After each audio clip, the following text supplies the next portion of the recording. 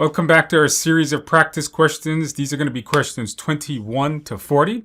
I'm Andrew Ramdial, once again, the author of Amazon's best-selling PMP study guide, and I've taught over 600,000 students. Now, if you guys are enjoying my questions set, please give the video a like and subscribe to the channel. Don't forget you can use these practice questions. They were made for the PMI-ACP exam. For my ACP course, you can see the link below for that course. But you can also use them for my PMP course also, since PMP includes Agile. Let's get started on these practice questions. Question. At the beginning of a retrospective, the facilitator notices that team members seem distracted and hesitant to speak up. To ensure the session is productive, the facilitator introduces an activity where participants identify themselves as explorers, shoppers, vacationers, or prisoners.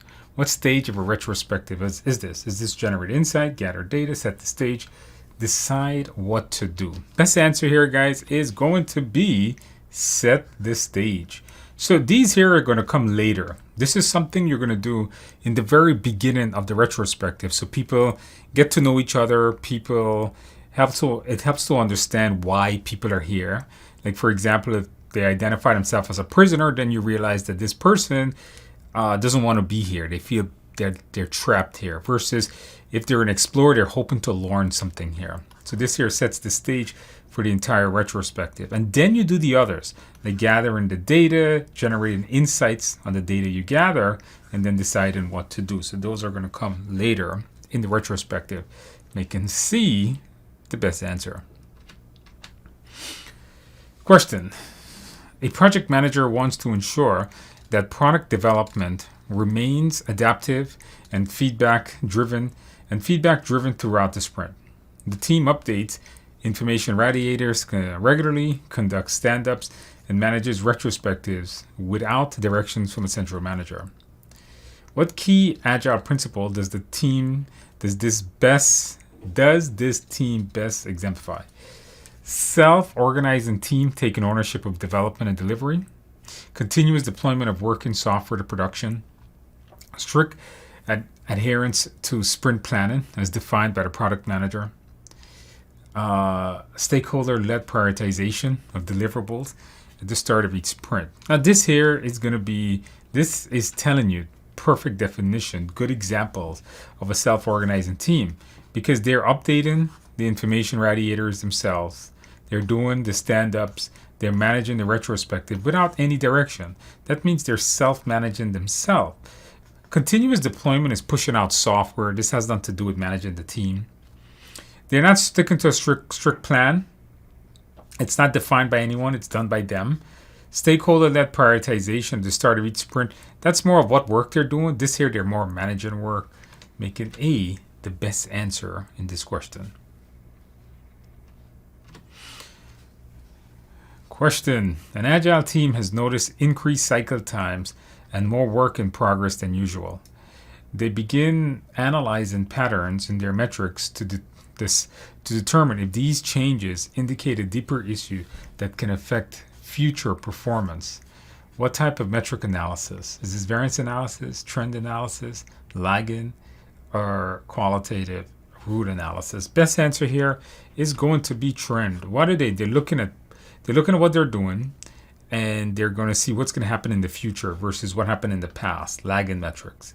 So if you're looking to predict what's happening in the future, look to see where the trend is going. They're looking for future performance. A variance analysis, just say how far they're off from where they should be. Qualitative root analysis, this is more of a risk assessment more than anything else, making B the best answer. Question. During a review meeting, a stakeholder suggests measuring progress by tracking task completion and hours logged. The team has been focused on delivering functional features regularly. The stakeholder wants reassurance that the team is making good progress. What should the Agile PM do? Explain that in Agile, the primary measure of progress is working software that delivers value, not hours work or documents produced. Recommend tracking team effort by completed checklists and documentation milestone. Shift the team focus to meet sprints burn down targets even if the features aren't fully functional. Suggest creating a detailed Gantt chart to show percentage completion of planned activities. Okay, best answer here is following the Agile value system. You got to remember the Agile 12 principles of Agile. And one of those principles is literally what it says here. We don't measure work based on how many hours we work or documents.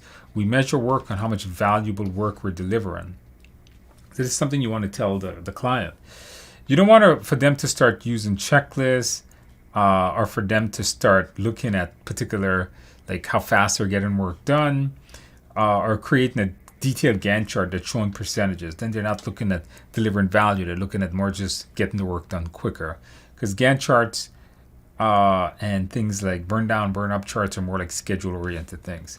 Make it A, best answer. Question.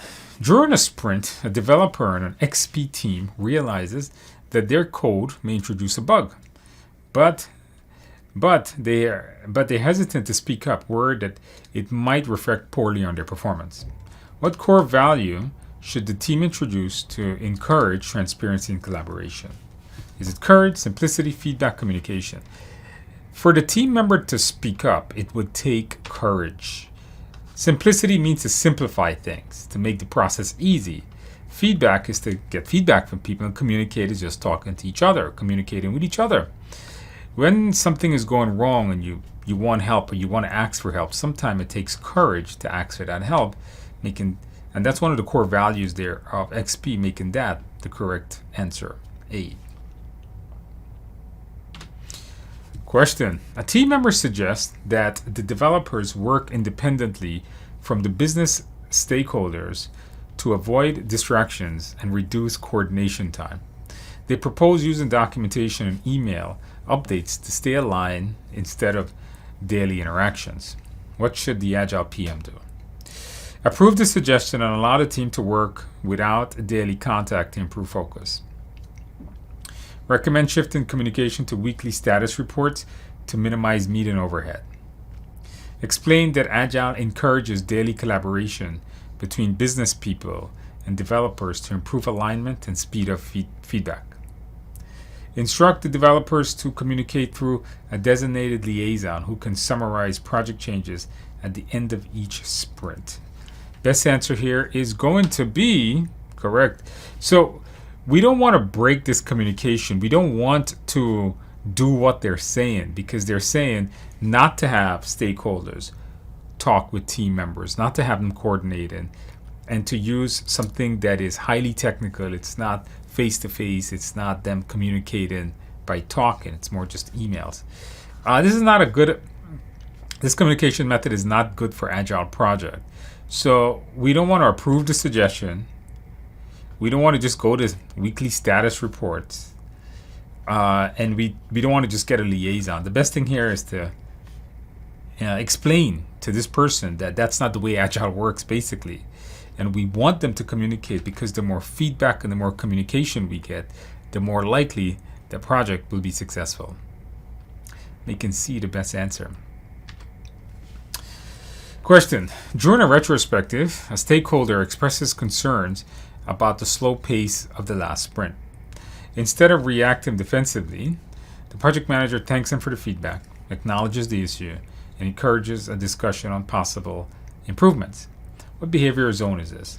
Compliance zone, green zone, collision avoidance zone, constructive challenge zone. There's only one zone here that's actually real. The rest of them pretty much don't exist. I'm testing to see if you remember the zones. Remember, there's red zones and green zones. And in the red zone, you're defensive. You don't want feedback. You're yelling at everyone. You're upset. The green zone is when you are welcoming feedback. You're okay with the feedback. Making B the best answer. Question. A stakeholder questions why the team keeps adjusting priorities and deliverables every few weeks instead of sticking to the original roadmap. They're concerned that this signals poor planning. What should the Agile PM do? Explain that Agile discourages planning to avoid rework caused by unexpected changes. Clarifies that Agile recognizes software projects as a high rate of change and therefore puts more effort into responding to change rather than rather than rigidly follow a fixed plan. Assure the stakeholder that all future work will be locked down to preserve the current plan. Emphasize that change requests will only be accepted if they come from executive sponsors and follow the formal change control process. The best answer here is yes, software. Remember, Agile was created because of software development. In fact, all the founders of Agile were software people. Agile discourages due to rework by unexpected. No, we don't. It doesn't discourage anything. Emphasize will only be accepted. We accept all changes. Assure that stakeholder all will be locked down. No, we change work as needed. The reason why we have a high rate of change is because we want to respond to changes. Part of the Agile values and principles. We want to respond to changes versus a fixed plan. But we welcome changes and we will produce something that you want. And even if you change it, we'll produce that too, making B the best answer here. Question. During a sprint review, the Agile project manager observes that many tasks are stuck in the in-progress column of the Kanban board, with only a few reaching the done column. Team member admits they're juggling multiple stories at once, but little is being completed. What should the Agile PM do? Implement a WIP limits to encourage focus and improve task completion rates. Assign fewer stories to the backlog to reduce team workload. Ask team members to document all reasons for task delays in the next retrospectives. Extend the sprint duration to give more time for work to be finished. Best answer here is going to be A is correct. So one of the things here, when you have a Kanban board, it's really important to limit the WIP, or the work in progress, right? You want to ensure that they don't work on too many things. When they're working on too many things, you'll never get anything done, as there'll be very little to no output. Making A the best answer. You don't want to assign fewer stories to the backlog. Assign fewer stories to the backlog to reduce team workload. That is something that they do. You don't determine how much work they work on. Ask team members to document reasons. This is more of a dictatorship. You should be working with them, not just having them do that. And you cannot extend sprints. That's something the team does, not you.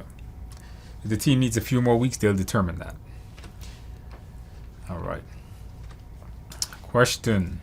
An Agile project manager is coaching a hybrid team that recently merged members from both traditional and Agile backgrounds.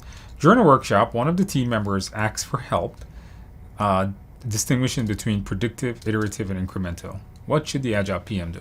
Explain that all three approaches have fixed requirements but differ in delivery times and costs. B, state that the main difference lies in team size, organizational maturity, rather than requirements, delivery, or goals. Clarify that predictive uses fixed requirements, single delivery. Iterative uses dynamic requirements and repeat activities for correctness. And incremental focuses on frequent, smaller deliveries.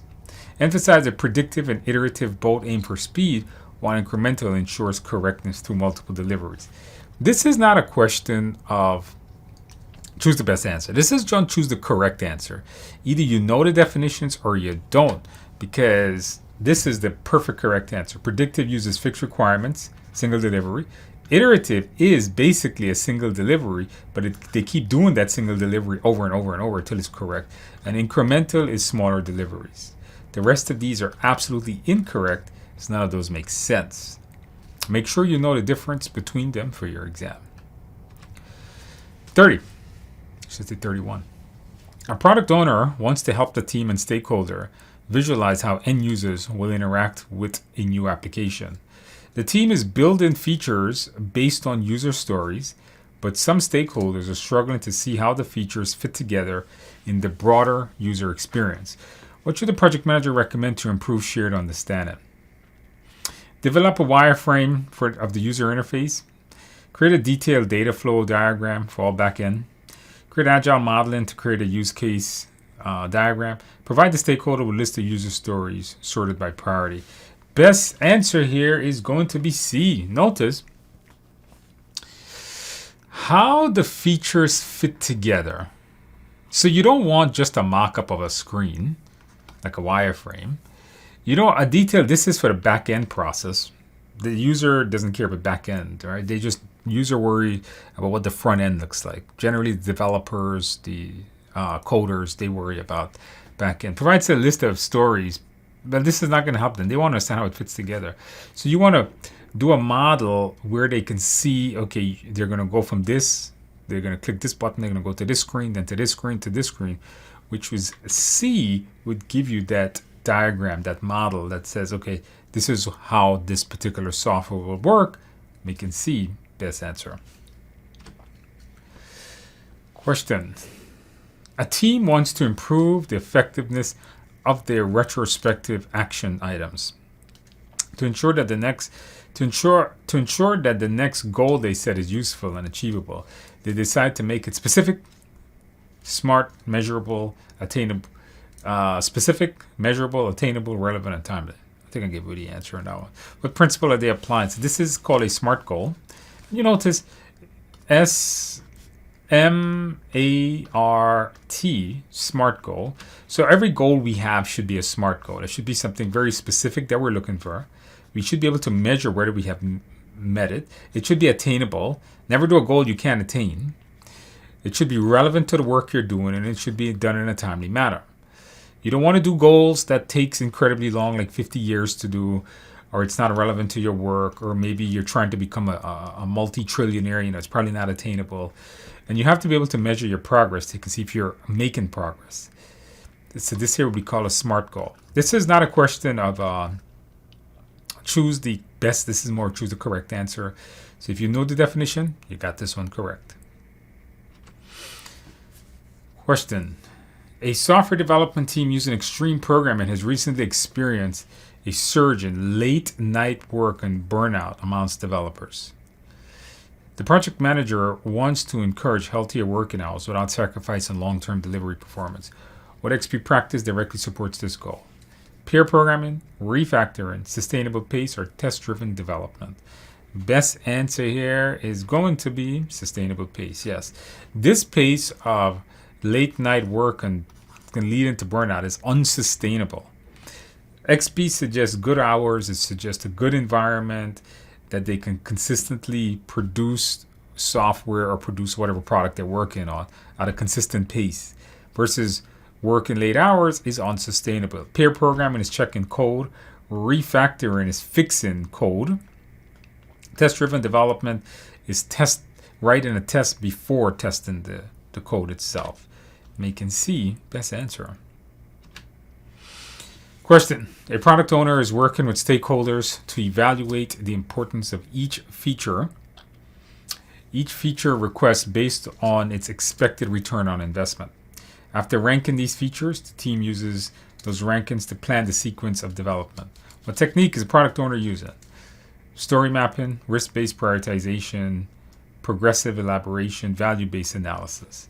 Best answer here, value-based analysis and decomposition. Notice, evaluate the importance of each feature based on its expected return on investment. This is going to be some kind of value. After ranking, the team uses this to plan the sequence. So they're breaking it down a little bit. Story mapping is how it maps to certain features. It's not what they're talking about here. Risk-based, there's nothing here that mentions risks. Progressive elaboration is as time progresses, things becomes more detailed. There's nothing here that explains that time is passing and they're learning more. Making D best answer. Question. A stakeholder asks who is responsible for planning and managing the daily work of building the product during a sprint. They're curious whether this is directed by the Scrum Master or product owner. What should the Agile PM do? Explain that the product owner manages the daily sprint task and delegate work. Clarify the Scrum Master organizes daily work to maximize team efficiency. State the product owner and Scrum Master collaborate to assign work to developers. Explain that development team self-manages its own work within the sprint, which is the correct answer. On an Agile project, the team manages their own work, not the product owner. The Scrum Master organizes daily work. No, the team does that. State the product owner to collaborate to assign. No, the developers work together to assign who will do what part of what job. Making D, best answer. Question. A team is estimating the cycle time for a new feature that has been sized at 60 story points. The current throughput is 5 stories per day. What is expected cycle time? All right, so in this one you got to do a little bit of maths. You're doing 60 points, and the current throughput is 5 per day, so 60 divided by 5. This is going to be 12 days in total.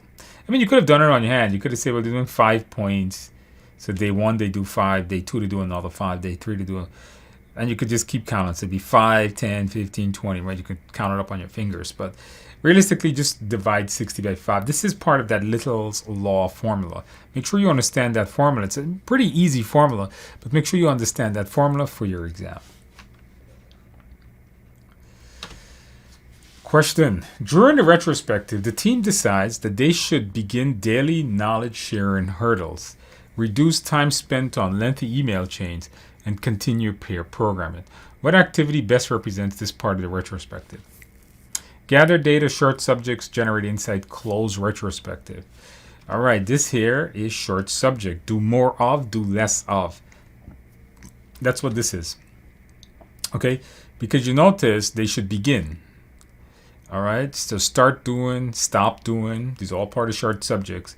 Reduce time. So they're saying, hey, we got to start doing this. We got to stop doing this. We should do more of this, do less of this. That's the short subject. Gather data is reflecting on what's happening throughout the sprint.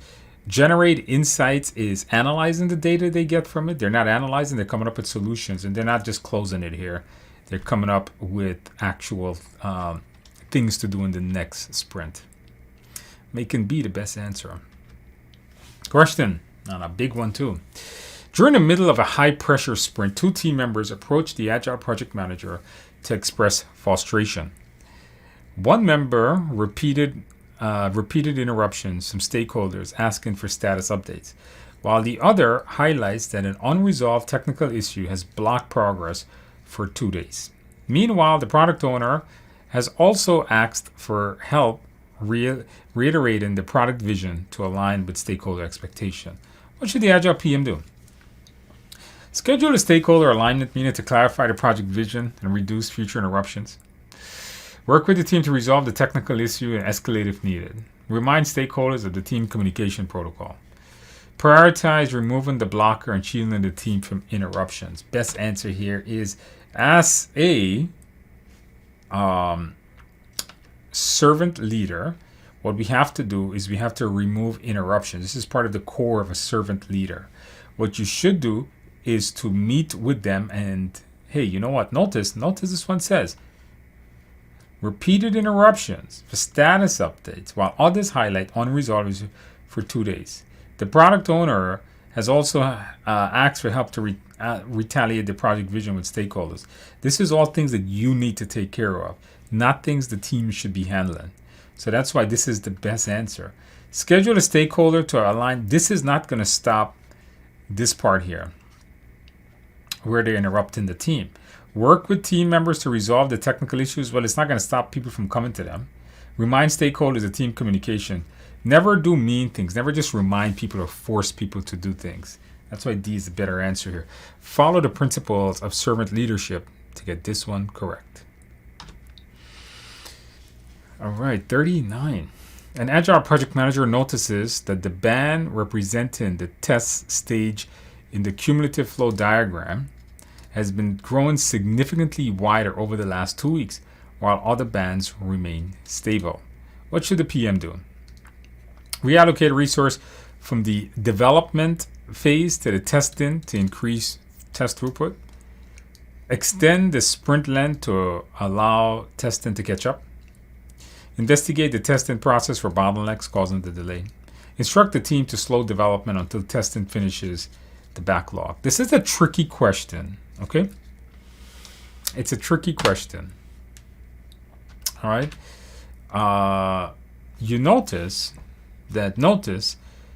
that the band represents the test stage and the cumulative has grown significantly wider over the last 2 weeks, while all the bands remain stable. What should you do? Reallocate resource from development to testing to increase test throughputs. Okay. Extend the sprint length, but this is not going to help you. You shouldn't be extending the length. That's something that the team does. Instruct the team to slow development until the testing. No, don't take an action yet. What you want to do, if you find that there is a problem, before taking an action, notice action, action, action versus investigate first. Let's investigate, see what's causing the testing for the bottlenecks causing delay. Because in a cumulative flow diagram, generally the one that's widening is not the one causing the delay, it's the one underneath it. But in order to do that, you would need to investigate it, which is C, before taking an action. So if you would have done A, B, or D, it would have never answered it, because according to the cumulative flow diagram, if the one that's widening is not the problem, it's the one underneath it that's the problem. So you shouldn't be fixing A. You shouldn't be fixing this phase, which is A, B, or D. That's why it's kind of a trick question. Making C the best answer. Question. After completing a sprint, the Agile team gathers to reflect on their process and identify ways to improve teamwork and efficiency. The session focuses on what went well and what didn't, and what actions could be taken next sprint. What Agile activity are they doing? Retrospective, stand up, sprint review, or pre-mortem? Best answer here, this is a retrospective. This is something that they do all the way right after the sprint review to see what we did right, what we did wrong, what can we improve on in the next sprint. The daily stand-up is used to answer 3 questions. What we did yesterday. This is done throughout the sprint. What we did yesterday. What are we going to be doing today? And do we have any impediments? Sprint review is having the customers review the product we made. Pre-mortem is generally what we're going to be doing before the sprint to see anything going right or wrong here. Making A the correct answer.